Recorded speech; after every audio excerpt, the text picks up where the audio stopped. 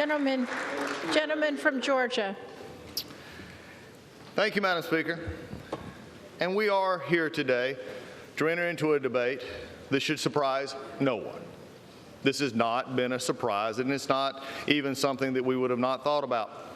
From the very moment that the majority party in this House won, the inevitability that we would be here today was only a matter of what date they would schedule it. Nothing else. In fact, how it even began to look even further was on September 24th. The Speaker announced an impeachment inquiry before even seeing the call transcript that we're going to hear so much about today. You know, it's not about what this body can do and its constitutional oath. And there's been a lot of constitutional and founders thrown around and will be all day today. But there's one thing that I will mention all along, and that is also the founders were very concerned about a partisan impeachment in which politics of the majority who have their strength can do what they want to do irregardless of any facts.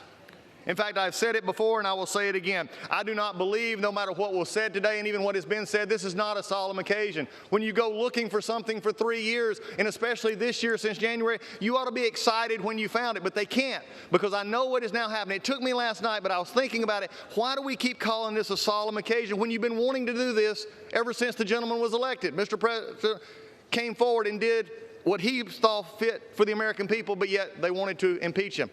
And it hit me. Now I know. The reason they wanted to is now they're realizing what I told them and have been telling them for the last few weeks, that the clock and the calendar are terrible masters. The clock and the calendar are terrible masters. They do not care about anything except getting the time done and the calendar fixed. They do not care about facts. They do not care about time. And one day the clock and the calendar will hang along this body in a very detrimental way. How do I know this? Because one of our members, Ms. Tlaib, said on the night she was sworn in, we're going to impeach. Well, you know the rest. In May of 2019, Al Green said, I'm concerned if we don't impeach this president, he will get reelected. That is probably the most prescient thing said by the majority in the last year, is they said we can't beat him if we don't impeach him. There's a reason behind this impeachment. And even Speaker Pelosi said it would be dangerous to leave it to voters to determine whether President Trump stays in office. Really? After we just said the Pledge of Allegiance, we go back to the Speaker's own words and said it would be dangerous to leave it to the voters?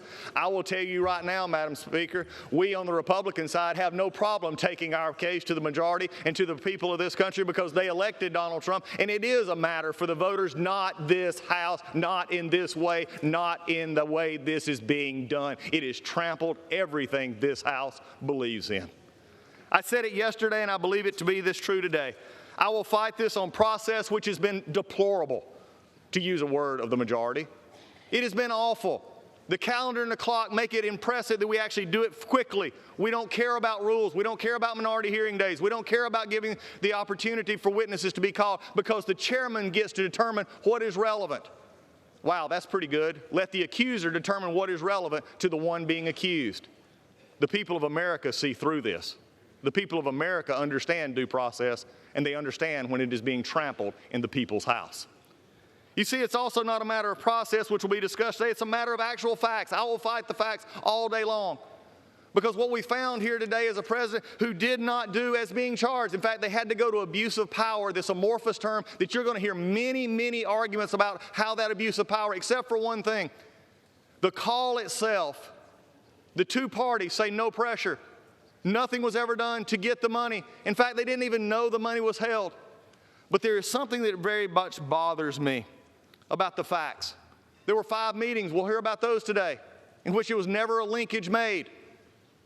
There was one witness that is depended on over 600 times in the majority's report, that in the end, after questioned, had to say, well, that was my presumption of what was happening.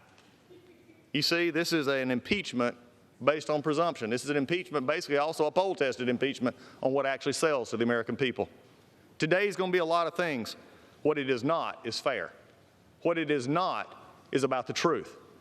What is true today, and I just heard it just a moment ago in the articles themselves where it said, and the speaker, I believe, actually talked about this as well, is that the president weakened a foreign leader.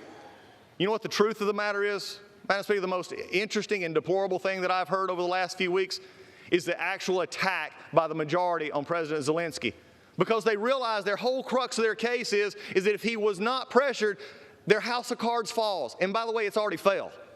But if we can't show pressure, then we either have to call him a liar, a world leader, or we have to make up names to call him. And that's exactly what happened in the Judiciary Committee when a member of the majority actually said he's acting, or they're complaining to a battered wife. That is below the dignity of this body, to take a world leader and when he doesn't make your case for you, to belittle him, especially as is going to be often said by the majority that they're in the middle of a hot war with Russia.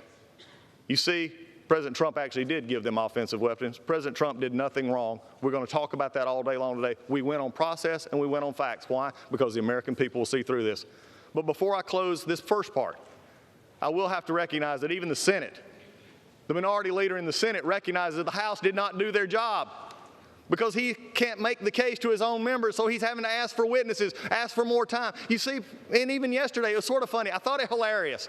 The minority leader in the Senate went out and did a press conference and said, they denied my witnesses. They denied my request. Well, welcome to the club, Mr. Schumer. That's exactly what's happened over here for the last 3 months. Amen. So today, we're going to talk a lot about impeachment. We're going to talk a lot about our president, and we're going to talk about 2 articles of impeachment. Abuse of power, because they can't actually pin anything of factual basis on him. The president did nothing wrong in this issue. And then they're going to talk about obstruction of Congress.